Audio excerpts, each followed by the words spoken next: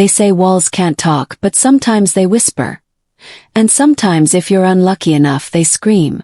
When I first moved into that apartment, I didn't expect anything extraordinary. It was just supposed to be a fresh start after a rough breakup, a new space where I could breathe again. The kitchen was small, outdated, with white cabinets that had clearly been painted over more times than I could count. The tiles were cracked in the corners, and the faint smell of bleach lingered like a cover-up. But still, it was mine. I thought, finally a place where I could cook, relax, and feel safe. But that illusion didn't last long. The very first night something felt off. I was putting away dishes when I noticed the floorboards under the sink creaked differently. At first I laughed it off. Old buildings have quirks, right? But when I pressed down harder, I realized it wasn't just a squeak. It felt hollow, like there was nothing beneath it. My stomach tightened, but I shrugged it away. I didn't want to start imagining problems on my first night. Except, I didn't imagine what happened next. Around 2 a.m. as I tried to sleep, I heard it. Faint scratching noises coming from inside the kitchen wall. First I thought it was mice. Annoying, sure, but not unusual. But the sound wasn't random. It wasn't the scurrying of little paws. It was slower, methodical, almost deliberate. Like someone dragging their fingernails down wood, pausing, then starting again. I froze in bed, my ears straining. The noise grew louder, closer, until I was sure it was right behind the cabinet under the sink. I told myself, it's just the pipes. Old pipes always make sounds. But no matter how many excuses I whispered in the dark, my gut knew better. By morning, the noises stopped, and I convinced myself I had exaggerated it in my half-asleep state. But when I walked into the kitchen, I noticed something chilling. The cabinet doors under the sink weren't shut the way I'd left them. One was slightly ajar. I lived alone. I stood there, staring, my coffee cup trembling in my hands. My mind scrambled for answers. Maybe I hadn't closed it properly. Maybe the hinges were loose. Anything. But a voice inside me whispered, no. Someone touched this. That was the moment I realized something was very wrong with my new home. And the worst part, I had no idea just how deep the secrets of that rental kitchen went, or how much danger I was already in. Because when you find out your kitchen floor is hollow, and the walls are alive with sound, you have to ask yourself one terrifying question. What's living inside them? The next night, I tried convincing myself I had imagined everything. I forced myself to think logically. Old buildings shift, cabinets loosen, and pipes groan. But even as I repeated those excuses, I couldn't shake the knot in my stomach. Still, I tried to go about my day. I came home from work, cooked some pasta, and turned on the TV to drown out my thoughts. But late into the night, as the city outside grew quiet, the kitchen reminded me I wasn't alone. It started with a soft tapping. Low. Deliberate. Almost like someone drumming their fingers against the wall behind the sink. I muted the TV and held my breath. My apartment was silent, yet the tapping continued, echoing through the kitchen. I crept closer, my bare feet sticking slightly to the cool linoleum floor. The sound grew sharper the nearer I got, until I was standing in front of the sink, my pulse hammering in my ears. Without thinking, I pulled the cabinet doors open. Nothing. Just cleaning supplies, an old bucket, and pipes that looked like they hadn't been replaced in decades. I laughed nervously, relieved. But then, the tapping started again. Louder. Clearer. This time it wasn't from the wall. It was coming from beneath the floorboards. My throat went dry as I crouched down, pressing my ear to the hollow-sounding boards I'd noticed the night before. The tapping grew rhythmic, almost impatient, like someone or something was signaling from below. I stumbled back, slamming the cabinet doors shut, and rushed out of the kitchen. My body was buzzing with adrenaline. I wanted to call someone. Maybe the landlord, maybe the police, but what could I even say? Hi, I think there's tapping under my kitchen floor. They'd laugh me off the line. But the unease was too heavy to ignore. So I did something reckless. I grabbed a flashlight and went back in. My hands shook as I ran the beam over the tiles, across the cabinets, down to the floorboards under the sink. That hollow sound, it had to mean something.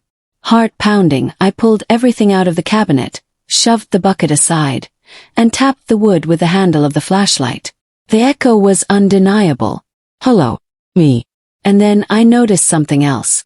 On the far left corner of the cabinet floor, the paint around the wood looked slightly chipped, like it had been pried open before. My fingers trembled as I dug at the edge, peeling away a splinter. The board shifted, just a fraction, but enough to send a bolt of fear racing down my spine.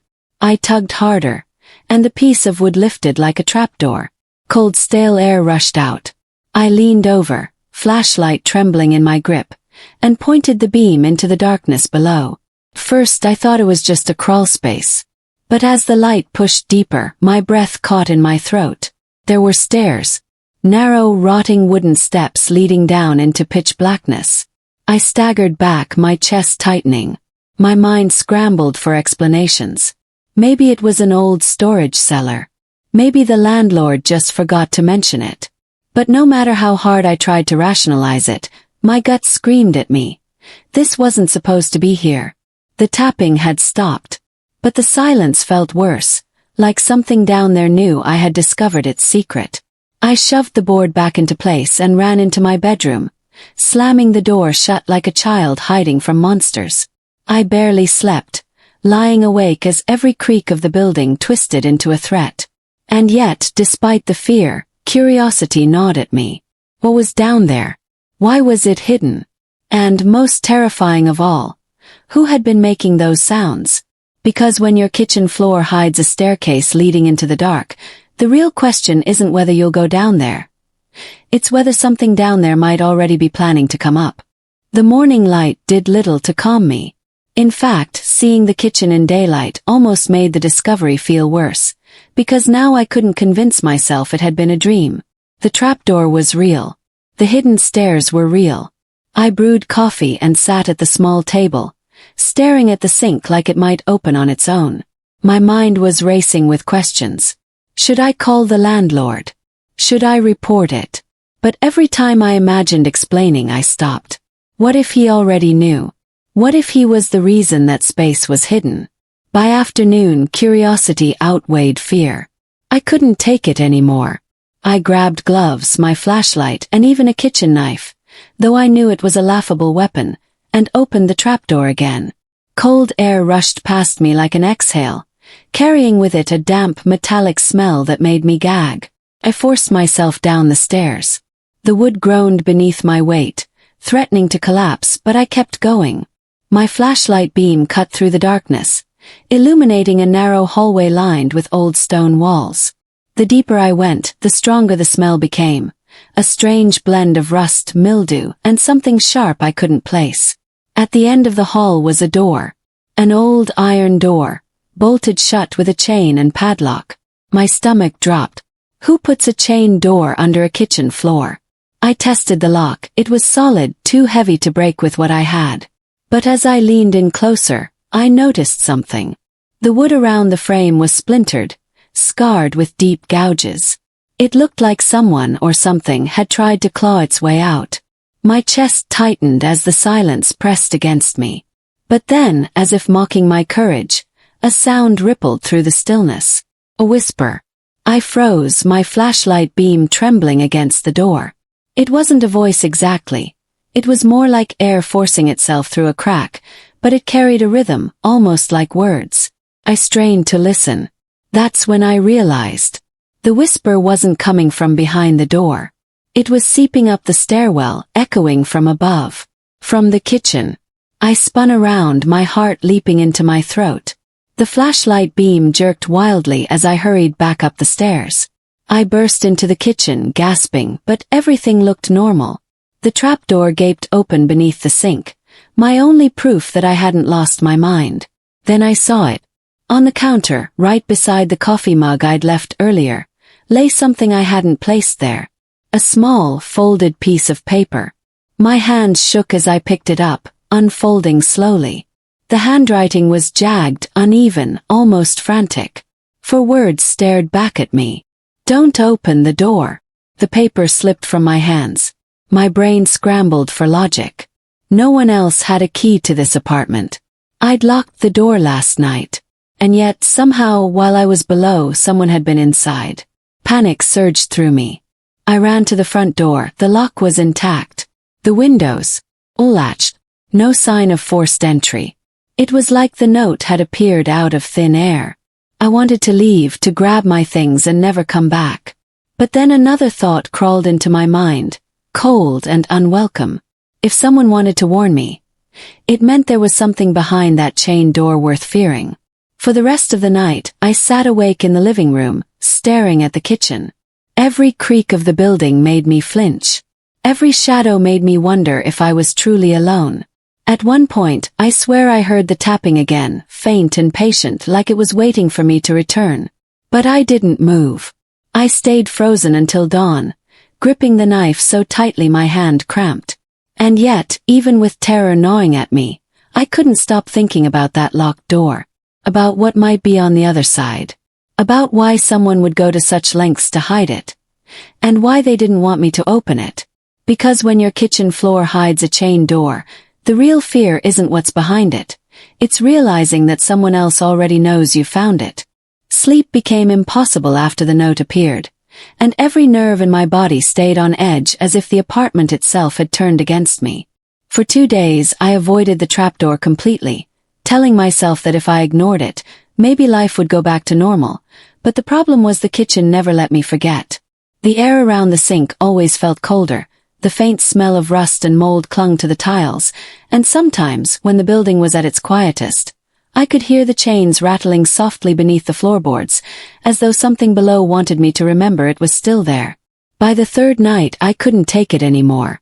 I told myself I'd go back down, not to open the door, just to examine it, to prove to myself that the noise and the fear were all in my imagination. Armed with a crowbar this time, I pried open the trapdoor and climbed down. The hall felt even narrower than before, pressing in on me, and when I reached the chain door, I noticed something new. The padlock was different. Not broken, not cut, just changed like someone had swapped it out. It was newer, shinier, the metal untouched by rust. My breath caught because that meant someone had been down here while I was upstairs. As I leaned closer, my flashlight flickered. And in that moment of darkness I heard it. A single knock from the other side of the door. Not loud, not aggressive, just deliberate, like a knock you'd give a stranger's front door. I stumbled backward, nearly dropping the light, but curiosity rooted me in place. "Hello," I whispered before I even realized I was speaking. Silence answered, so heavy it felt like it pressed against my ears.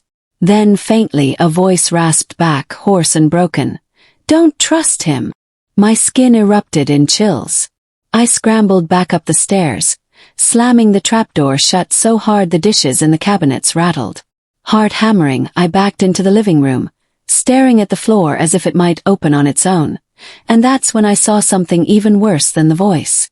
Propped against the couch, as though someone had carefully placed it there while I was downstairs, was an envelope with my name scrawled on the front. My hand shook as I opened it, pulling out a photograph, an old black and white picture of the building itself. Only it wasn't the building as I knew it now. The walls looked unfinished, beams exposed, construction workers blurred in the background. And standing in the center of the kitchen, where my sink would one day be, was a man in a dark suit, staring straight at the camera with a smile that didn't reach his eyes. Scrawled across the bottom of the photograph in the same jagged handwriting from the note were 3 words that made my stomach drop. "He still waits." I dropped the photo like it was burning my skin, my mind racing with questions that had no safe answers. Who was the man? Who had left the note and the warning? And most terrifying of all, if someone or something was waiting, then what exactly was behind that chain door? Because the only thing scarier than a voice behind the door is realizing the building itself has been waiting for you all along. That night I couldn't sit still. Every corner of the apartment felt wrong, like the walls were holding their breath waiting for me to make the next move. The photo of the man in the suit lay face down on the coffee table, but I kept catching myself glancing at it, terrified it might somehow change if I looked too long. Who was he? Why was his face in the unfinished version of my kitchen? And what did "he still waits" even mean? My mind wouldn't stop racing, and eventually I grabbed my phone, thinking maybe I could find answers in the building's history. Hours of searching led me to an archived newspaper from decades ago, an article about a local landlord who had vanished without a trace. His name jumped off the screen: Walter Grayson. The article described him as a cold, calculating man. A figure who made tenants miserable but who suddenly disappeared during renovations of this very building. My stomach dropped as I pulled the photograph closer. The man in the suit, staring with that lifeless smile, was him. I whispered his name out loud. Walter! And as if the apartment heard me, a crack echoed through the pipes. Water began to drip from the ceiling, steady, rhythmic. Almost like footsteps pacing above me. Froze. The ceiling was empty.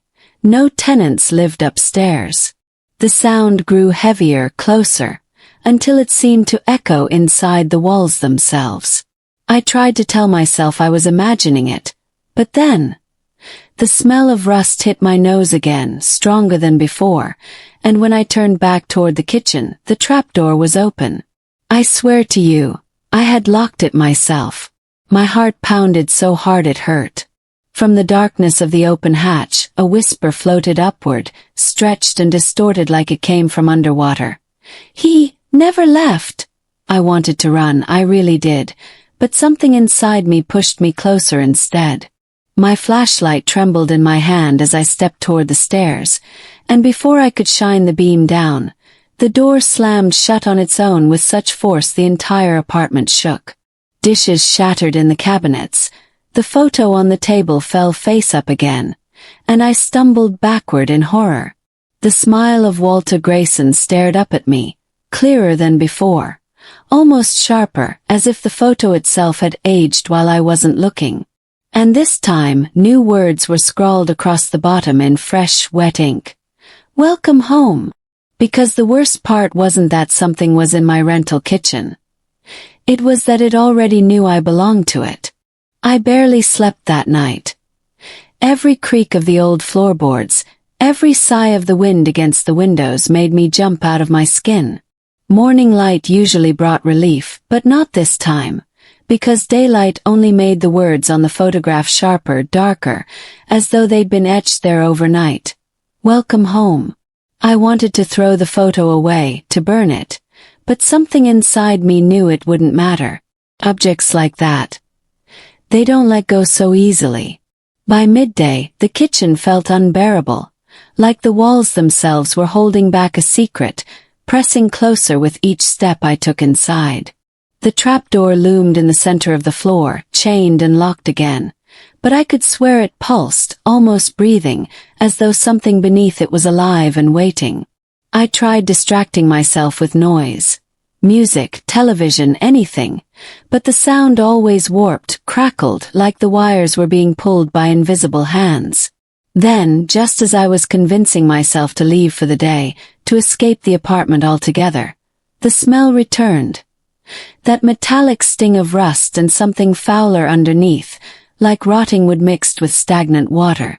My knees nearly buckled when I realized it wasn't just drifting from the trapdoor anymore. It was seeping from the very walls, from the pipes that rattled and groaned like they were about to burst.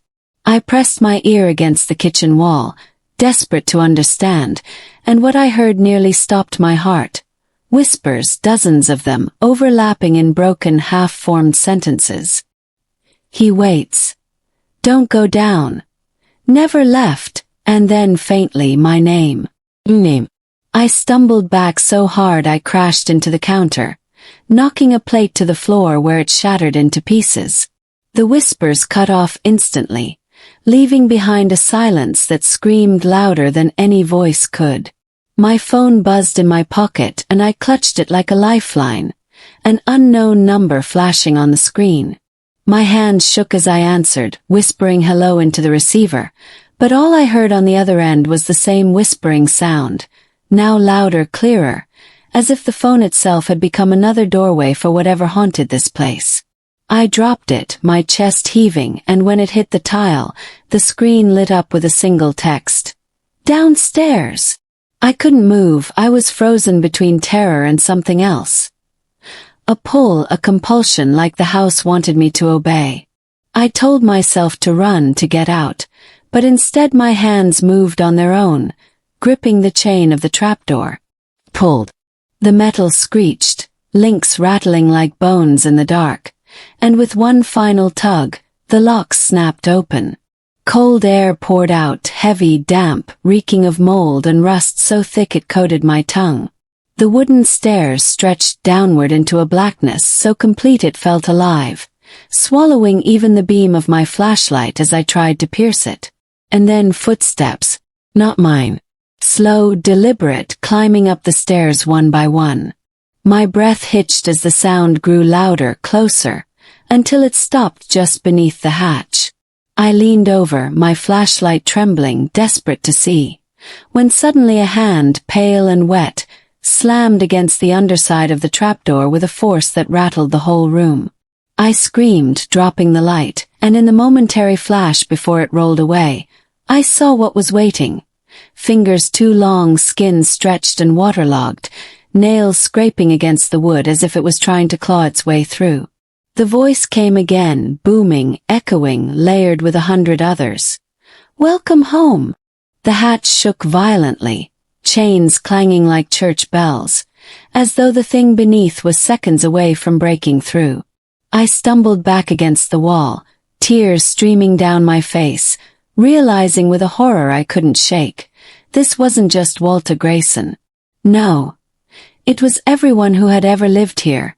Every tenant swallowed by this cursed place, bound together in the dark beneath my kitchen. And now they wanted me. And as I stood there, paralyzed with terror, one thought clawed through my mind. If they wanted me home, how long before they finally dragged me down? The trapdoor rattled so violently I thought the chains would snap again, and I pressed myself against the far wall, begging whatever force existed to keep that hatch closed. My heart pounded so hard it felt like it would crack my ribs, and yet, somewhere deep inside me, another feeling pulsed alongside the fear. Pull. Connection. As if the house itself had chosen me, claimed me, and no matter how much I wanted to run, I already belonged to it. My phone buzzed again on the floor, screen cracked, the same unknown number lighting up. I couldn't ignore it this time. I picked it up with trembling hands. A voice came through the static, raspy, broken, but undeniably human. Don't fight it, you're one of us now. My throat tightened, bile rising because it was his voice. Walter Grayson. The man from the photograph. The missing tenant everyone whispered about. What do you want from me? I screamed, my voice breaking. The reply came as a chorus. Dozens of voices layered together, male and female, old and young. Stay. The trapdoor slammed open with a crack that shook the whole apartment, the chain snapping like it was made of string, and a rush of air blasted through the kitchen. My flashlight rolled to the edge of the opening and flickered weakly, illuminating the stairwell beneath. But the stairs were gone. In their place was water. Dark, endless, rippling upward as if it were alive. And rising from that water, pale shapes emerged, faces half decayed, eyes hollow but fixed on me. They reached for the surface, for me, their mouths opening in unison to whisper that same chilling greeting. Welcome home. My legs wouldn't move, frozen between fight and surrender, until I felt the icy dampness spread across the tiles. The water was climbing, seeping into my kitchen, swallowing the floor inch by inch. I bolted for the door, wrenching it open, only to find the hallway gone. In its place stretched the same black stairwell, leading down, down, forever down into that water. My screams echoed, bouncing back at me until I couldn't tell if they were mine or theirs. I staggered back into the kitchen, my only refuge now turned into a nightmare, and I thought of running to the window, of breaking through the glass, But when I looked outside, the world was gone. No streets, no buildings, no city lights. Just water. An endless, black ocean, rippling under a ceiling of shadows. I collapsed to my knees, sobbing as the voices grew louder, pressing into my skull until I couldn't even think. My phone buzzed one last time. I lifted it with shaking hands, and the cracked screen displayed a message so simple it almost broke me apart. "It's over." Then the lights blew out, plunging the room into total darkness, and something wet and cold wrapped around my ankle. I kicked, screamed, clawed at the tiles, but the grip only tightened, dragging me inch by inch toward the gaping trapdoor. My nails tore against the floor, leaving bloody streaks, my voice hoarse from screaming, but it didn't matter. They had me. The last thing I saw, as the darkness swallowed me, was that same photograph lying on the counter, now changed. My face was in it. Standing with Walter, smiling, as if I had always been part of this cursed family. And then the water closed over my head. And everything was gone. So if you ever rent a place that feels a little too old, a little too quiet, and the kitchen seems to breathe at night, remember my story. Because once the house decides you're home, there's no escaping it.